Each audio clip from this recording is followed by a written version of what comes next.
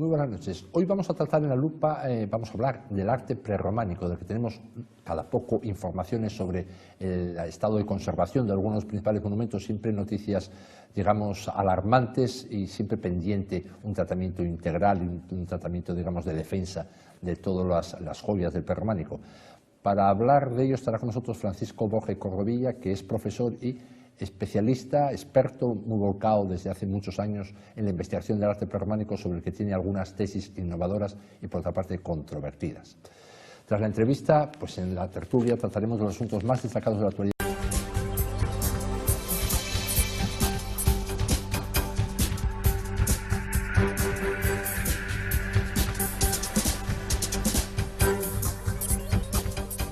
Bien, como nos hemos dicho antes, hoy vamos a hablar del arte prerrománico. Lo vamos a hacer con Francisco José Borge Cordovilla, que es economista, profesor de enseñanza secundaria e investigador y experto en esto, en arte prerrománico, sobre el que mantiene algunas tesis que hoy vamos a comentar aquí porque son novedosas. Muy buenas noches, señor Borge Cordovilla, bienvenido. Buenas. Lo primero que le quiero preguntar, cuando se habla de prerrománico, ¿de qué estamos hablando? Bueno, estamos hablando de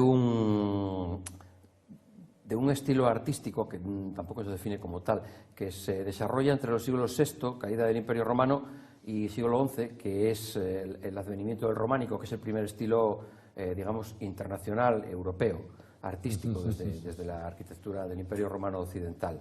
Entonces, lo definió Jean Hubert, el profesor francés, en 1938, una obra que se llamaba L'Art pré-roman. Y desde entonces el término ha sido muy afortunado porque ha sido seguido unánimemente por la mayoría de los expertos, hasta las tesis revisionistas actuales, un poco. ¿Podemos hacer una total identificación entre arte prerrománico y arte asturiano? El arte asturiano como tal lo definió Jovellanos, en un elogio a Ventura Rodríguez, una obra de finales del siglo XVIII. En realidad, pues sí, cronológicamente el prerrománico asturiano, o sea, el arte asturiano se englobaría dentro de esa corriente, de esa corriente que se desarrolla en Europa desde que cae el Imperio Romano Occidente hasta que surge el arte románico como estilo, como primer estilo internacional.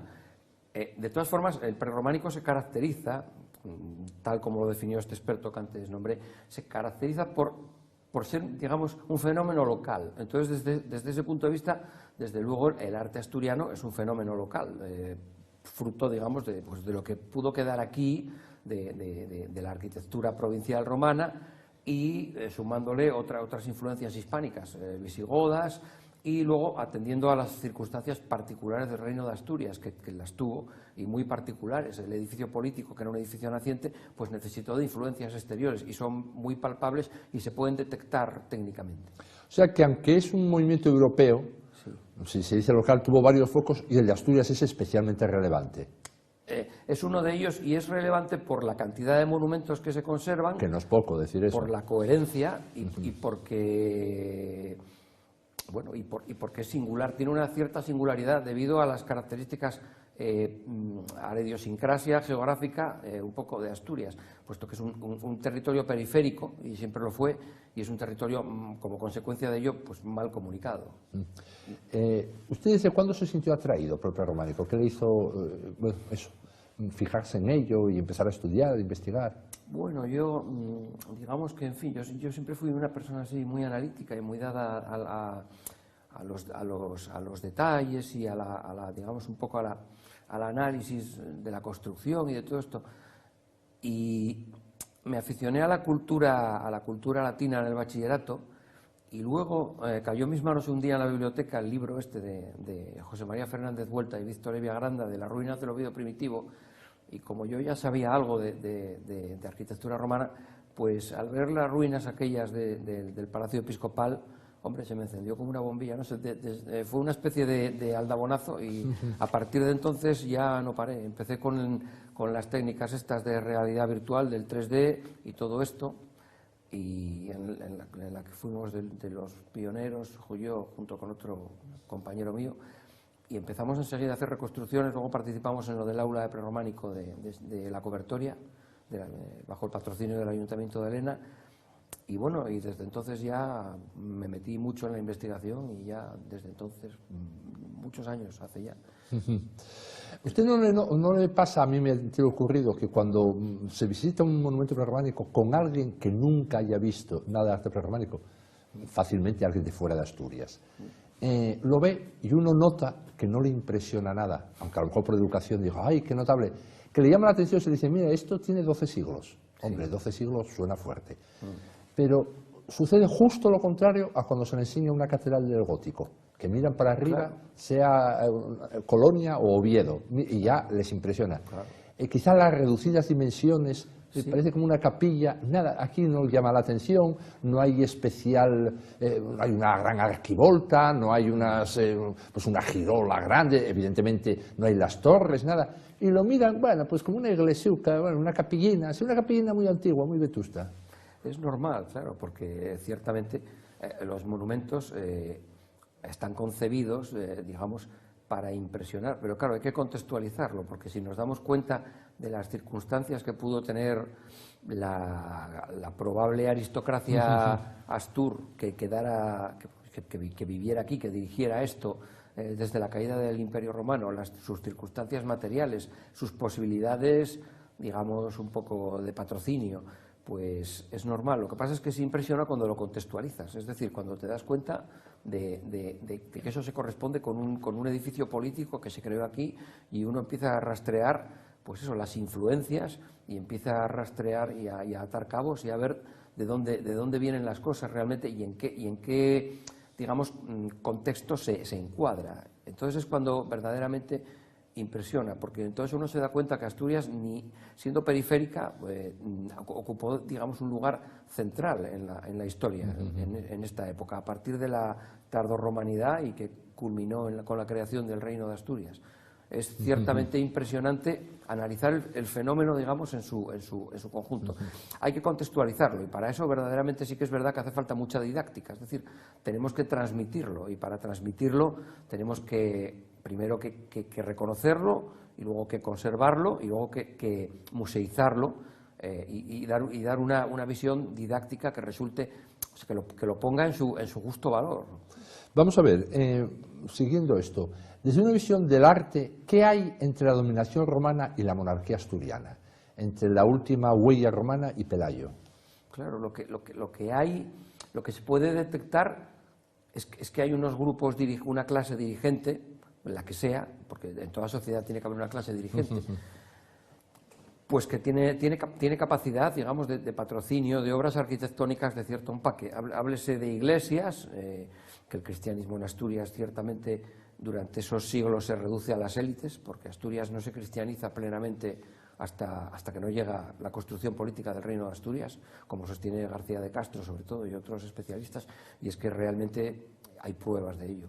Pero tienen capacidad de patrocinio de sus iglesias privadas, de sus villas, cuyos hábitats desconocemos totalmente porque falta mucha arqueología, de fortificaciones como el Castillo de Gauzón, en el que se detecta una fase previa a la creación del Reino de Asturias, etcétera. O sea que lo que hay se puede, digamos, que atisbar. No se puede hacer una lectura completa de ello porque nos hace falta mucho.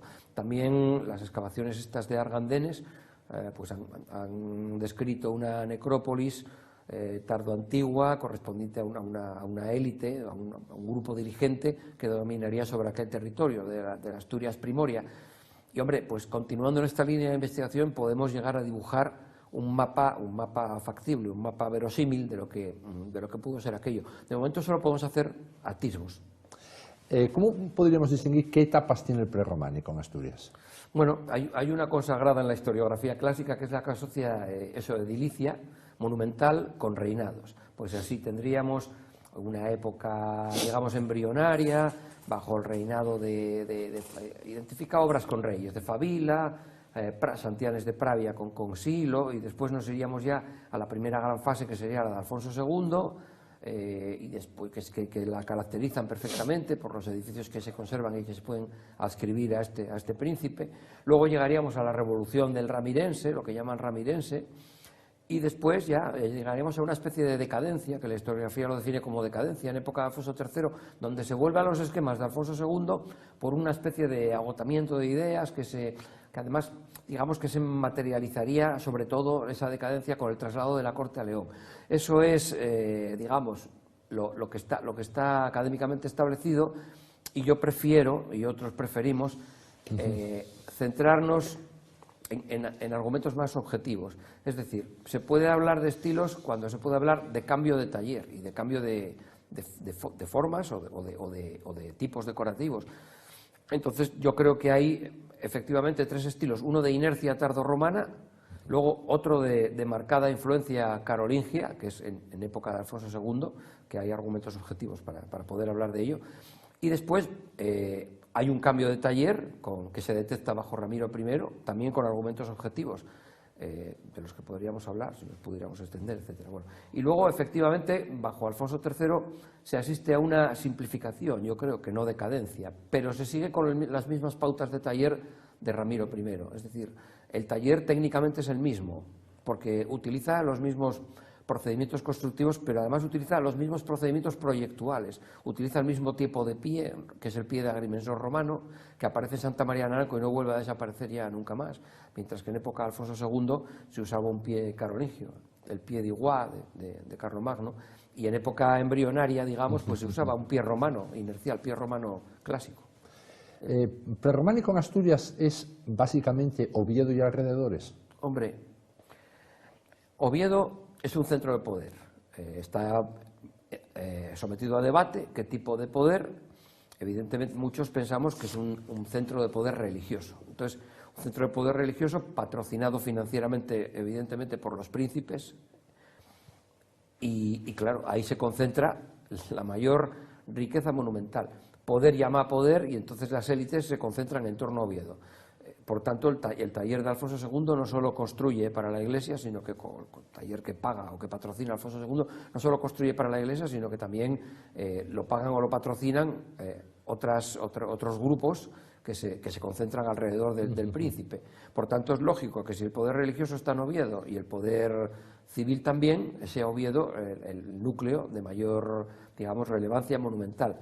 Pero no, porque, por ejemplo, en épocas tempranas, Santa Cruz de Cangas tuvo cierta relevancia monumental, y Santillanes de Paravia también la tuvo, y también fue otro núcleo de poder. O sea que, y a lo mejor la arqueología nos haría descubrir muchas más cosas. Vamos a ver, en Oviedo, del arte prerrománico Oviedo, sí. Bueno, el arte prerrománico está claro que sí, pero de lo que es la ciudad de Oviedo, ¿queda algún vestigio tras el saqueo de 794? Claro, vamos a ver. La ciudad de Oviedo. La ciudad de Oviedo, realmente, cuando se saquea en 794, no está muy claro el núcleo de poder político dónde estaría ubicado. Desde luego, en lo que es la colina que se conoce como Obetao o Obeto, ahí lo que hay es un santuario religioso muy grande, al estilo de otros que hay en el mundo carolingio, de la ciudad episcopal de Metz o de la Céntula de San Ricario. Son santuarios que están muy definidos. ¿En torno al monasterio de San Vicente? Es que el monasterio de San Vicente no existe como tal. El monasterio de San Vicente no es más que, digamos, la traslación al siglo X de la descomposición de ese santuario. Lo mismo que el monasterio de San Juan Bautista, posteriormente San Pelayo, sería el mismo fenómeno.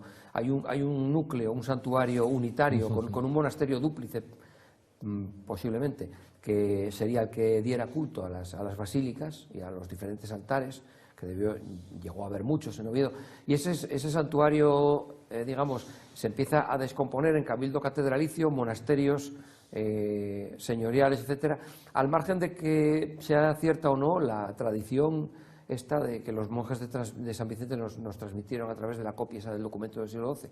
Al margen que sea cierto o no, lo que está claro es que bajo Alfonso II lo que hay aquí y Fruela es un gran santuario religioso, al estilo de los santuarios carolingios de Europa.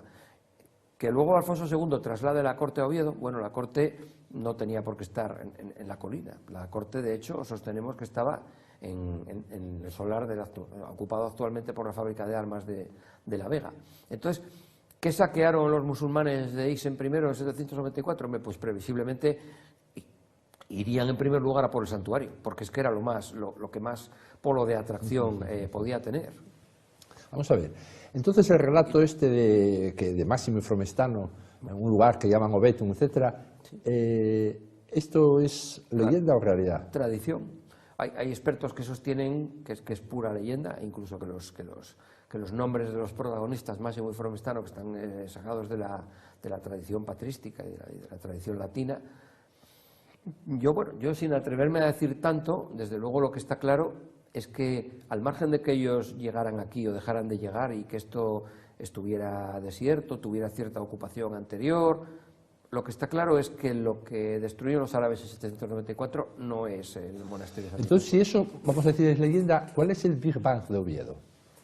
La iniciativa regia. La iniciativa regia de Pero Fruel. ¿cómo llega un rey allí para hacer esa iniciativa regia? Hombre, porque el territorio lo conocían, y es más, es que toda la zona centro está comprobado documentalmente que ellos tenían amplias posesiones fundarias en la zona centro. ¿Y no se puede pensar que está en un enclave estratégico cerca de Minas, paso norte-sur, y que ya, bueno, lógicamente por eso Oviedo acaba siendo capital, por eso no solamente están los monjes, no solamente está un obispo, sino que también el príncipe o rey va allí a vivir? Es inseparable, es decir, es todo inseparable. Ahora bien, lo primero que hacen los reyes es crear un santuario. Ellos no se preocupan del poder político, porque el poder político en realidad, en esta época, tiene su sede en cualquier parte. Ellos pueden plantar la tienda fuera del muro del atrio catedralicio y ahí plantan el solio y ahí está el poder político. Como consta documentalmente, por ejemplo, que Alfonso III residió en numerosos castillos, residía en Perlora, residía en Tudela, Camino de León, residió en numerosos sitios, y donde residía él, ahí estaba la corte. Es decir, no hay un enclave principal, que es decir, que en época de campañas militares evidentemente viajaría mucho, pero no hay un enclave principal. Es muy difícil, ¿no? El poder político de entonces a hoy siempre acaba estando en algún sitio, aquí y en Alaska. Puede haberlo, sí, puede haberlo. De hecho, la relevancia del santuario que se crea aquí en Oviedo es tal que solo hay en Roma una cosa parangonable. Es decir, la Catedral de Roma está advocada a los mismos santos y a Cristo en majestad que Oviedo. Oviedo está consagrado al Salvador y a los 12 apóstoles. Solamente la Catedral de Letrán de Roma tiene esa advocación tan importante. Bueno, luego hay muchas más, pero está claro que eso, unido a una Basílica de Santa María, a otra serie de altares, que pudo llegar a haber hasta 30 altares en Oviedo consagrados, está claro que está tratando de dar mucha relevancia a eso. Si eso no lo asociamos a la intención clara de crear una sede episcopal, no tiene ningún sentido, porque una cosa es consagrar una iglesia a San Salvador en el castillo de Gauzón o Perlora o en una villa o en Valdedios, en Boides, y otra cosa es crear un conjunto de altares con un clero asociado de 26 clérigos y con 26 clérigos que eran serviles, que eran propiedad de Alfonso II y que los dona, y además asociado a eso, a la existencia de monjes. Es decir, en los centros episcopales altomedievales, el clero secular y el regular, los monjes y los clérigos, para que nos entendamos, van inseparablemente unidos, porque se quiere aprovechar el tirón que tiene, digamos, el monacato, para ponerlo al servicio de los intereses políticos del reino. Entonces tenemos que hay un poder religioso inicial, que atrae, como dijo hace un rato, poder atrae a poder, atrae también al poder del rey. Sí.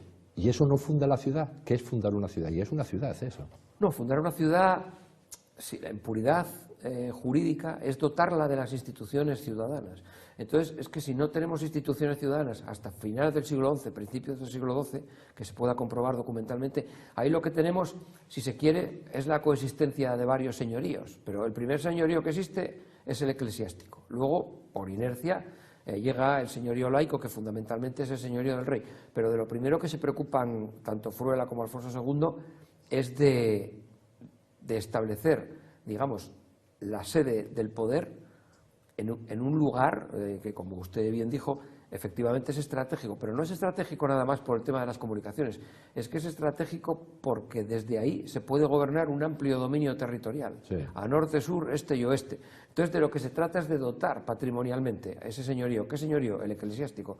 Porque el señorío regio, al fin y al cabo, bueno, de eso ya se ocupaba. Él tenía una base territorial, digamos, patrimonial de partida.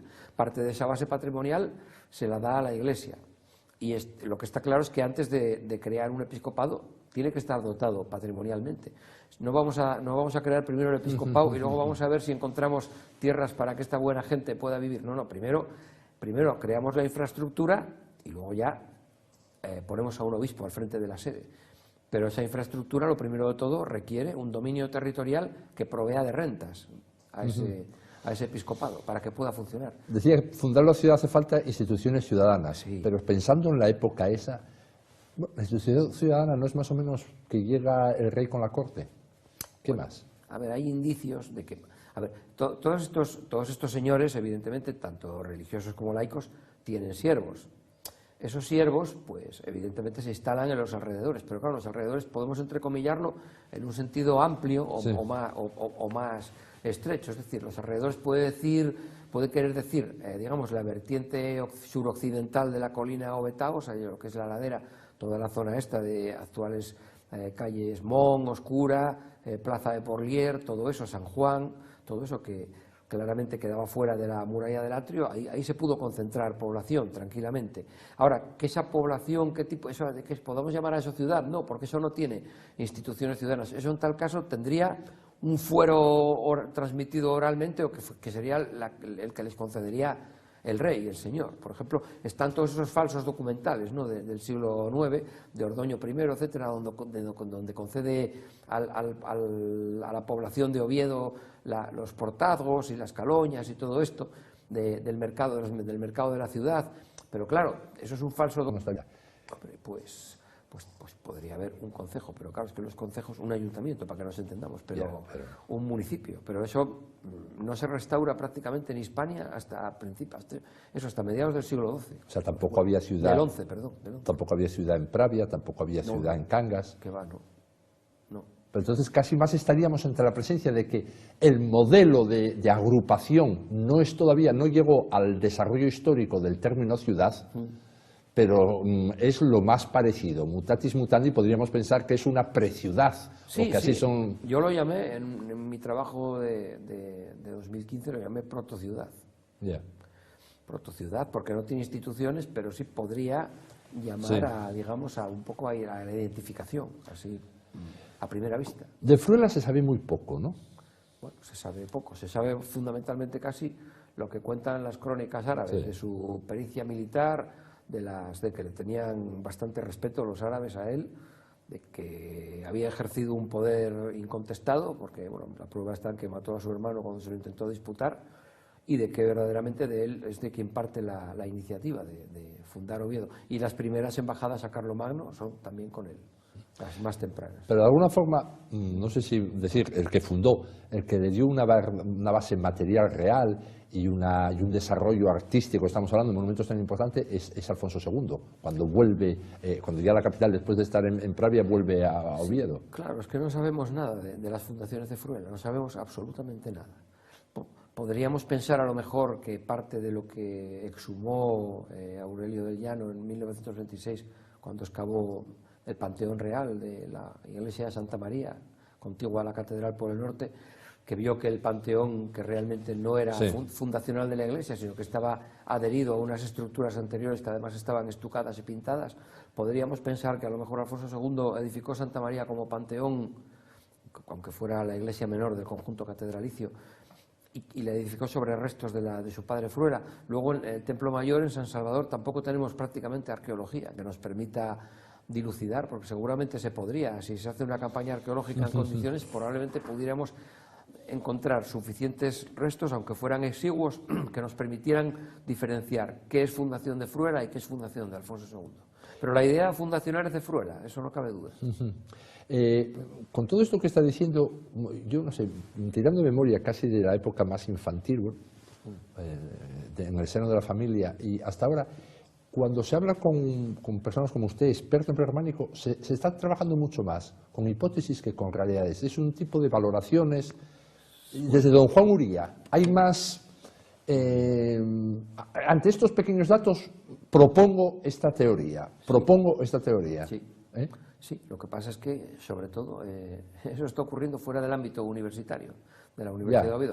Son gente que en su día no encontraron puesto, bueno, lo que sí, prefirieron dedicarse a la arqueología profesional, son los que están, o investigadores autodidactas como yo, los que están, digamos, elaborando las hipótesis un poco revisionistas, porque la universidad se mantiene inamoviblemente tras las huellas de don Juan Uría y ellos sabrán, nadie les mueve de ahí, ellos sabrán lo que hacen. Desde luego, yo creo que ni en la temporalización de los monos, ni en la fijación de criterios de establecimiento de etapas, ni en la concepción de lo que es el edificio político-social del Reino de Asturias, ni en nada, nos parecemos en nada. Vamos a ver, cuestiones que son como vamos a decir, un misterio. Cuando uno mira a San Julián de los Prados, que dice, bueno, lo mejor que hay del prerrománico, ¿cómo lo construyen allí? Bueno, tan alejado de lo que era, digamos eso, sino urbe, si la concentración religiosa, el poder religioso, el poder político que había en Oviedo. Claro, es que el poder político no estaba en Oviedo, el poder religioso sí.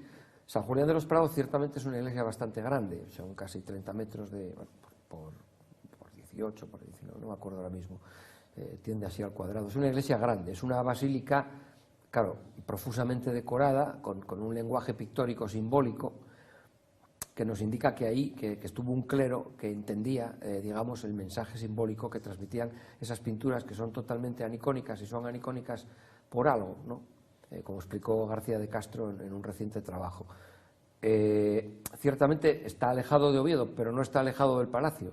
Ya dice la crónica Sebastián que estaba del palacio a escasos 200 metros. ¿Dónde estaba el palacio? El palacio estaba en el solar ocupado actualmente por la fábrica de armas de La Vega, sin ningún tipo de duda, porque yo en 1993, cuando estudié, digamos, el entorno de Foncarada, y elaboré, digamos, una selección de la documentación que se refería a la fuente y a su entorno, se dio cuenta César García de Castro, y así me lo comunicó, y yo luego lo investigué posteriormente, cómo, aunque el descubrimiento, hay que decir que el descubrimiento del lugar exacto se debe a Sergio Ríos y a César García de Castro, porque yo, teniendo toda la documentación en mi mano, no me di cuenta de que era precisamente ahí. Fue de todo el dominio regio de la zona de Oviedo, fue lo último que Alfonso VII dio, y se lo dio precisamente a su amante, a Gontrodo Petri, para que fundara el monasterio de La Vega. Esa porción fue lo último que dio, porque ya en 905 Alfonso III empieza a deshacer el dominio regio obetense. Bueno, ya en 812 Alfonso II dona la colina Obetao con todos los edificios que había hecho allí al obispo. Se quiera poner la fecha de la donación cuando se quiera, lo cierto es que no se puede dudar del donante. Fue Alfonso II el que lo donó, por lo tanto era de él. Después Alfonso III dona Santullano con el monasterio y todos los edificios adyacentes. No se puede dudar que también era de él. Después la Villa de Liño, que, bueno, de su abuelo Ramiro, tampoco se puede dudar que era de él. Es decir, que toda esta zona de Oviedo formaba parte del patrimonio regio. Cuando digo era de él, quiero decir del patrimonio regio, no personalmente de él, porque eso no se puede inferir. Sin embargo, si interpretamos la ley visigoda al foro juzgo, sí que podemos afirmar que el patrimonio regio constituía un todo, digamos, que se transmitía de un monarca al otro. Entonces Santullano no está lejos del palacio. Santullano lo que está lejos es de San Salvador, pero del palacio no. De San Salvador está a unos 800 metros en línea de aire, pero el palacio está bastante más cerca. Dice la crónica rotense, Alfonso III opina que el palacio, que estaba bastante lejos de la iglesia, pero claro, bastante lejos son 200 metros, pero no 1 kilómetro, porque, por ejemplo, el palacio de Alfonso III, es que estaba a 50 metros de San Salvador. Claro, por eso él podía decir, cuando elaboró su versión de la crónica, que Santullano, para su opinión, estaba bastante lejos del palacio. Pero ¿para qué se construyó Santa María del Naranco? Bueno, Santa María del Naranco es que, claro, eso sí que es ya un monumento relevante. Santa María del Naranco forma parte de una casa de campo, es decir, de una propiedad agropecuaria, que de eso trata el trabajo que está ya en prensa mío este año, en el anuario de la Valesquida. Forma parte era un edificio representativo dentro de una propiedad agropecuaria que, como tal, estaba dotada de tierras de labranza, de ganado, de Brañas tenía una iglesia y tenía un palacio, pero Santa María no era ninguna de esas cosas. Santa María era un edificio simbólico. Santa María era, en mi opinión, era el tabernáculo, es decir, el centro, el polo de atracción, el tabernáculo dentro del campamento de los santos, haciendo un símil veterotestamentario del Génesis y del Éxodo.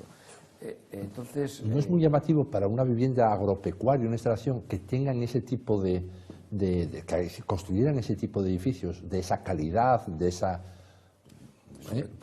equiparable o superior a lo que hacían los reyes? Sobre todo con ese, bueno, es que es una obra regia. Lo que pasa es que repite, por ejemplo, la sala noble, que es donde se concentra toda la decoración, repite no solo las proporciones, sino también las dimensiones del tabernáculo. Perdón, Repite. o sea que era una explotación agropecuaria, pero Sí. de iniciativa real. Sí. Bueno.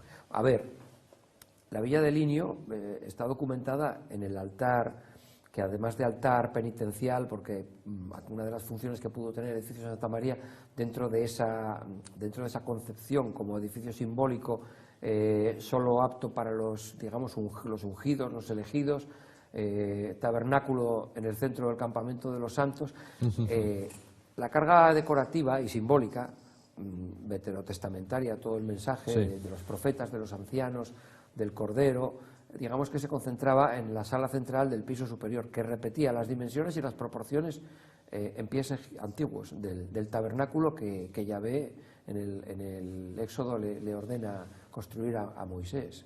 Entonces, hay una intencionalidad claramente simbólica, que es lo que además, digamos, prima en la construcción.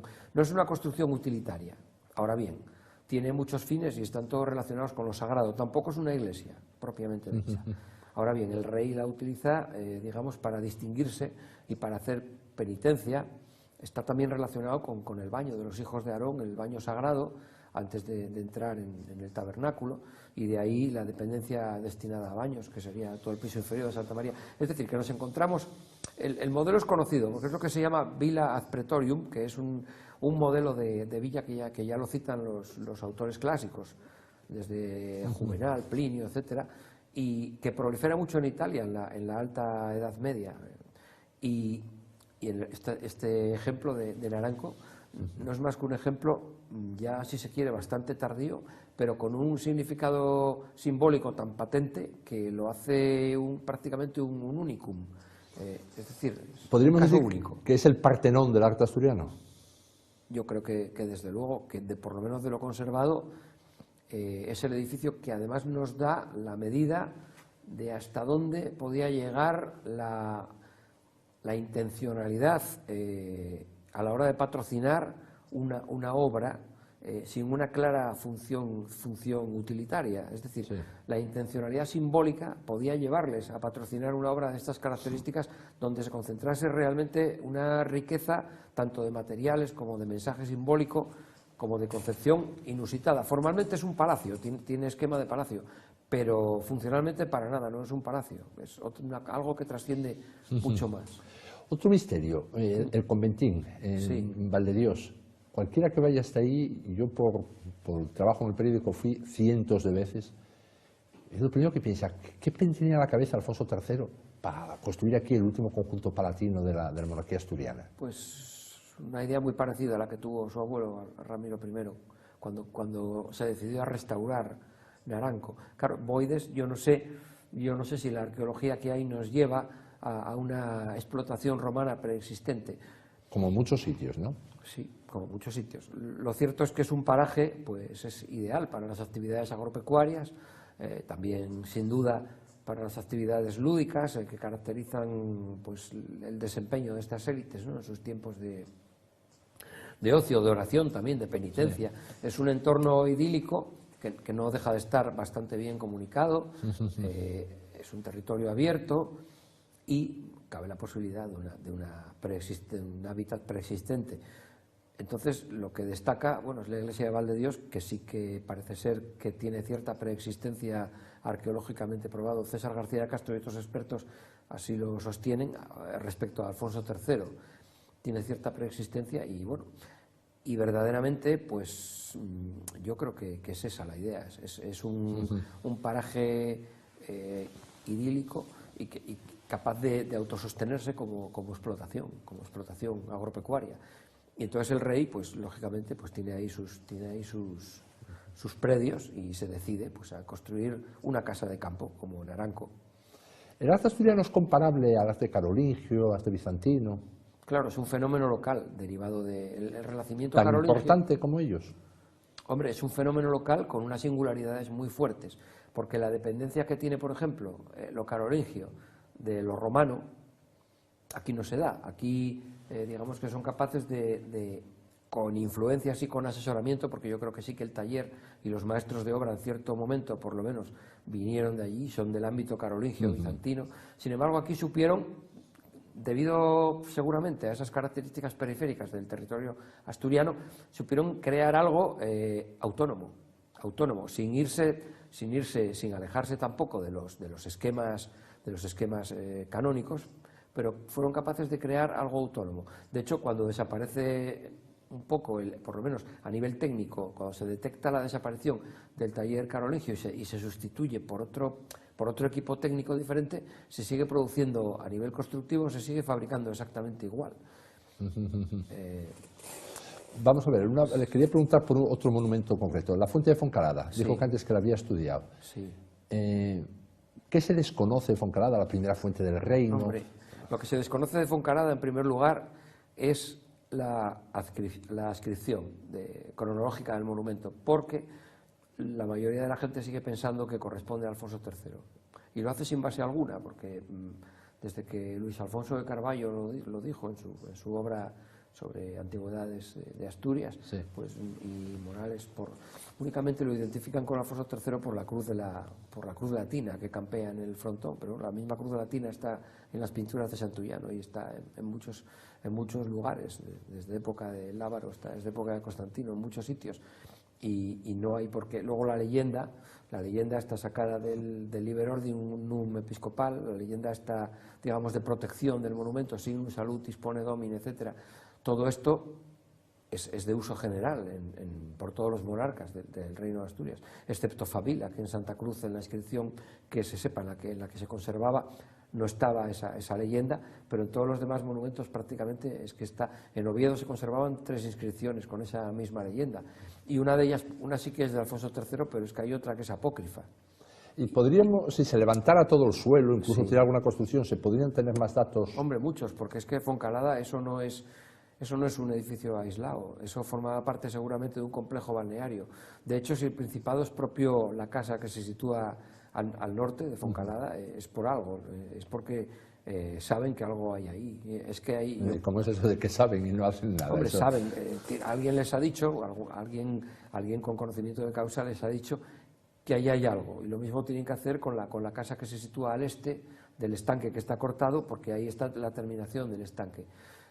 Lo primero que habría que decir de Foncalada, ya le digo, que es un monumento seguramente ascribible a la época de Alfonso II, y no lo decimos gratuitamente. César García de Castro sostiene que es así por la epigrafía, que es prácticamente idéntica a la conservada de la iglesia de San Tirso. Pero es que técnicamente el taller es el mismo. El pie que se utiliza, que es el pie carolingio, el pie dórico, el pie carolingio derivado del pie dórico, que no se vuelve a utilizar más, y luego ciertas relaciones proporcionales que se repiten en Santullano, en la iglesia de San Tirso, en Santa María del Rey Casto y en Foncalada. Todas esas obras están inequívocamente atribuidas por las crónicas a Alfonso II, su patrocinio. Entonces Foncalada seguramente que también.